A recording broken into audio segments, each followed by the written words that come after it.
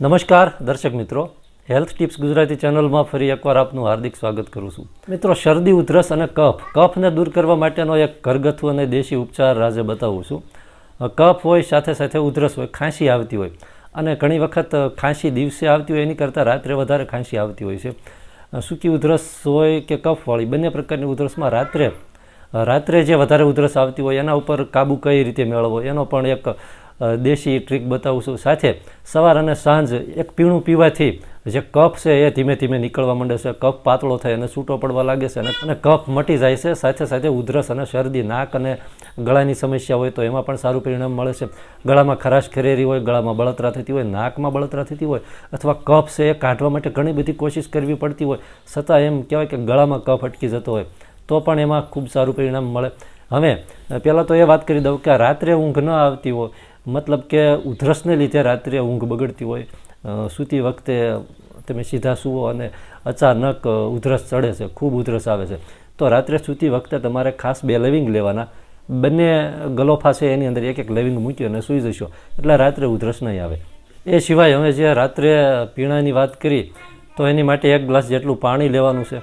એની અંદર 1 ઇંચ જેટલો આદુનો ટુકડો લઈ એના એકદમ ઝીણા ઝીણા ટુકડા કરી ઘઉંના દાણા જેવા 1 ગ્લાસ પાણીમાં નાખી અને સાથે 1 ચમચી જેટલો દેશી ગોળ લઈ એનો પણ ચાકુની મદદથી ચૂરો કરી અને 1 ગ્લાસ જે પાણી છે એમાં નાખી અને આ પાણીને ઉકાળવાનું છે.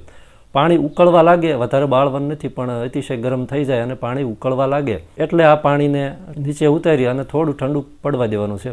પછી આને ચાની જેમ પી શકો એટલું ગરમ હોય ત્યારે ચાની જેમ ધીમે ધીમે બેસી અને રાત્રે પી લેવાનું છે. અને સવારે ઉઠી અને ફરી પાછું 1 ગ્લાસ પાણી લઈ એની અંદર અડધીથી 1 ચમચી જેટલી મેથી દાણા નાખી અને પાછો ઉકાળો બનાવવાનો છે, મેથીનો ઉકાળો. હવે મેથીનો ઉકાળો છે એ સવારે પીવાનો છે.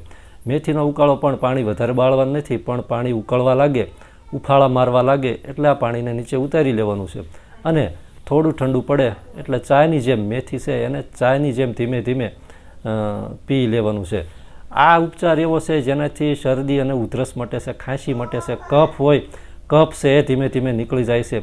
અને રાત્રે ઉધરસ આવતી હોય તો લવિંગ મોંમાં રાખી અને સૂઈ જાઓ એટલે રાત્રે પણ ઉધરસ આવતી નથી. અને સવાર અને સાંજ આ પ્રમાણે દેશી અને ઘરગથ્થુ ઉપચાર કરવાથી જે ખાંસી હોય, ઉધરસ હોય એ ધીમે ધીમે મટી જાય છે. પણ સાથે કે દિવસ દરમિયાન તમારે ઠંડુ પાણી ન પીવું અને વાસી, તળેલો અને ઠંડો ખોરાક બિલકુલ ન ખાવો, વાસી ન ખાવો અને ગળ્યો એટલે કે ખાંડવાળો, મીઠાઈ છે એ બિલકુલ બંધ કરી દો એટલે થોડા જ દિવસમાં ઉધરસ હોય, ખાંસી હોય, કફ હોય એની ઉપર તમને ખૂબ જ સારું પરિણામ મળે છે અને ધીમે ધીમે દૂર થઈ જાય છે. તો મિત્રો, આ હતો આજનો વિડીયો. અમને આશા છે કે તમને મારો આજનો વિડીયો ગમ્યો હશે. વિડીયો ગમ્યો હોય તો વિડીયોને લાઇક, શેર તથા હેલ્થ ટિપ્સ ગુજરાતી ચેનલને સબસ્ક્રાઈબ કરી દેવા નમ્ર વિનંતી. ખૂબ ખૂબ આભાર. જય માતાજી.